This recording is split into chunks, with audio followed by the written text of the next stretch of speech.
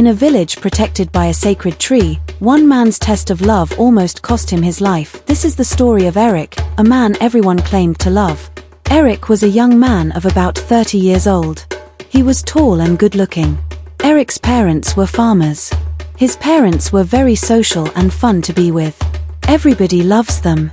The villagers had lived in peace even during the war because there was a mysterious tree at the center of the market square that usually hid them when there was an external attack from neighboring villages. Each family in that village must sacrifice a live goat once every 3 months to sustain the power of that tree. These sacrifices enabled the tree to grow bigger and then open up like a big story building where all the villages can enter, and it will cover them from evil. The tree usually grows ripe fruits every year, and the fruits usually fall and rot on the ground. According to their ancestors, the tree was given to them as a gift from their ancestors. When there is a threat from neighboring villages, the villagers could run to the tree with the chief priests leading, and the tree would open up its trunk, and all the villagers would enter it, and then it would close itself, and no one would know or see them until they are safe and ready to come out again. According to the law of the land, no one is permitted to pluck the fruits of the tree, eat or touch it. Anyone seen plucking the fruits will be put to death by hanging in the village square in the presence of everyone. In this case, no one was seen around the tree. When the fruits were ripe and had fallen, the chief priest would organize maidens who were between the ages of 18 and above to sweep and keep the surroundings. Eric was a palm wine tapper and a hunter.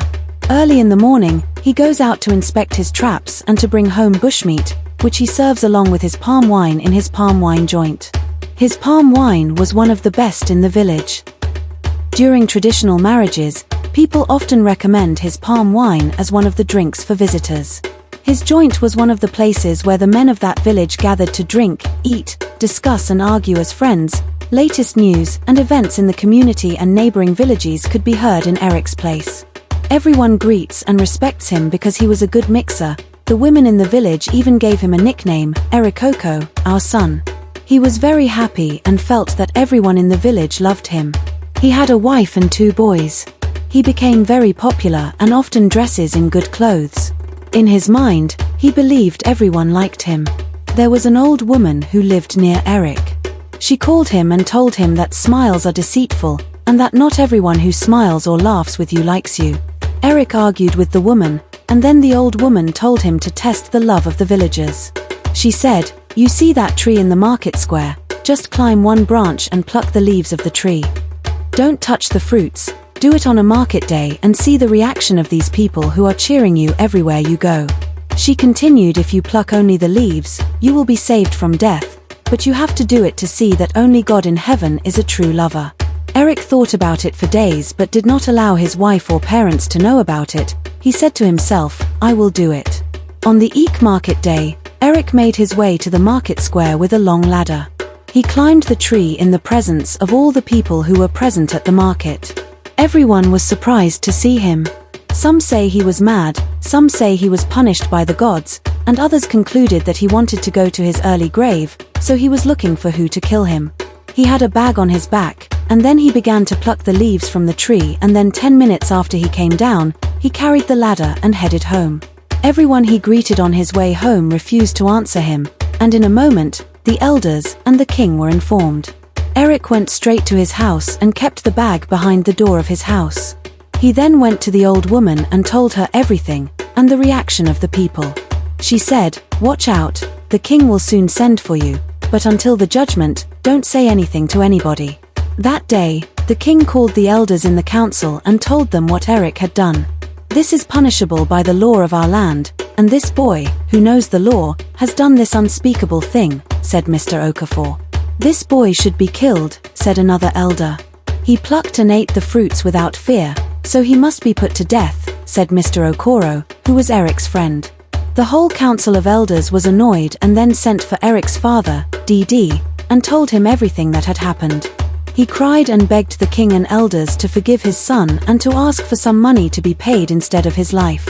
They refused and asked him to bring his son Eric to the palace. The next day, DD gathered everyone in his family, including Eric's wife, and told them what he heard from the king. "I am finished," said Eric's wife Ada, who raised her hand above her head. "My enemies will mock me," she continued. Eric remained silent, not minding the tears from his mother's eyes. It was a cool and quiet evening, and everyone in the family believed that he was charmed to bring disgrace to his family, especially to his parents, who had a good reputation. Tears flowed everywhere, and everyone who seemed to like and cheer Eric started ignoring him. For 3 days, the family expected the king and his cabinet to call them to the palace, but no one had heard from the king, and no one came to Eric's palm wine joints to drink. Eric was calm and was watching every reaction from people, especially the people who showed love to him and his family. Exactly 7 days from the day he plucked the leaves of the tree, the king sent his guards to fetch Eric and bring him to the palace. "The king and his cabinet have given you 10 minutes to appear before them," said Ijaka, one of the king's guards who was feared by many people in the land. Ijaka was tall, well-built, and full of energy. He could carry out difficult and special tasks for the king. "Arise fast and don't keep the king waiting," he continued. Eric appeared before the king with his hands tied behind his back. Again, he said nothing but stared at the faces of the elders and his family. "Tell us, Eric, how come you disobeyed the law of the land? Do you want to put us all in trouble?" Eric said no. "Do you know the consequences of your actions?" Eric said yes. "Why did you go as far as plucking the forbidden fruit?" He did not answer, so everyone there was surprised at his boldness because he had refused to answer some of the questions. So the king said, "According to the law of the land and for what you did, you must be killed. No one will mourn your departure because you are an evil child. In 3 days, you shall be executed," he continued. The town crier, Ojujuma, was told to tell the people of the land that Eric would be executed on an Eek market day by hanging. His body was to be thrown into the evil forest to be devoured by the animals of the forest. On that fateful day, the whole village gathered, and the old woman took a special chair from her house to the market square to sit in a more comfortable place to see everything that would go on that day. Eric was wearing red clothes, and a red scarf was tied around his head with no footwear. The chief priest came and conducted a smoke ritual on his head, which signifies that he was to go and join his ancestors in peace. In the market square, the king asked, "Who amongst you wants this man to be punished for the crime he committed? Please raise your hand." Almost everybody raised their hands except Eric's parents, his wife, and the old woman. Eric looked at the faces of everybody and said in his heart, "There is no true lover in this world. I thought I was loved by everyone, now I know better, people don't really care." Then the king said, "Well, my son, do you have anything to say before we proceed?" Eric said yes. "My king, please, does the law of the land say the leaves or the fruits?" The king then replied, "You know the law, Eric. Anyone who plucks the fruits of the sacred tree should be put to death. Have you ever seen anyone or heard from your fathers or others that anyone has attempted to pluck the fruits of the tree, or better still climbing it?" Eric then said, "Please, before I die, I have a request." The king asked, "What is that?" Eric continued, "I want someone to go to my house and bring the bag which I put the things I plucked," and then it was done immediately. The king sent 2 guards to his house to go and bring the bag, and it was brought to the market square. Eric then asked that the bag be opened and the things inside be poured on the ground. It was done, and everyone was surprised to find only leaves and not fruits. And the king stood up and asked, "Eric, where are the fruits you had plucked?" "I plucked only the leaves," Eric said. "Why? What do you mean?" the king asked. "I took only the leaves," Eric said, and everyone was surprised to hear him. The elders stood up and began to speak in low tones. The old woman excused them all and asked for permission to say something. She said, "According to the law of this land, one can only be sentenced to death if he plucks the fruits. In this case, Eric plucked the leaves, so I say he should be spared."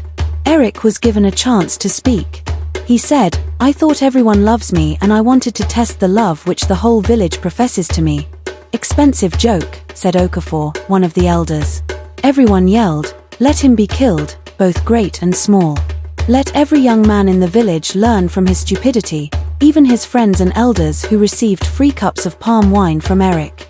Then the king called the elders around and told them that Eric cannot be killed because he did not touch the fruit of the tree, but the leaves.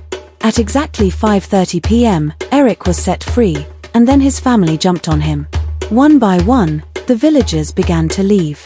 The crowd started to clear, and the environment grew calm again. Other people who had mocked his parents and family were ashamed.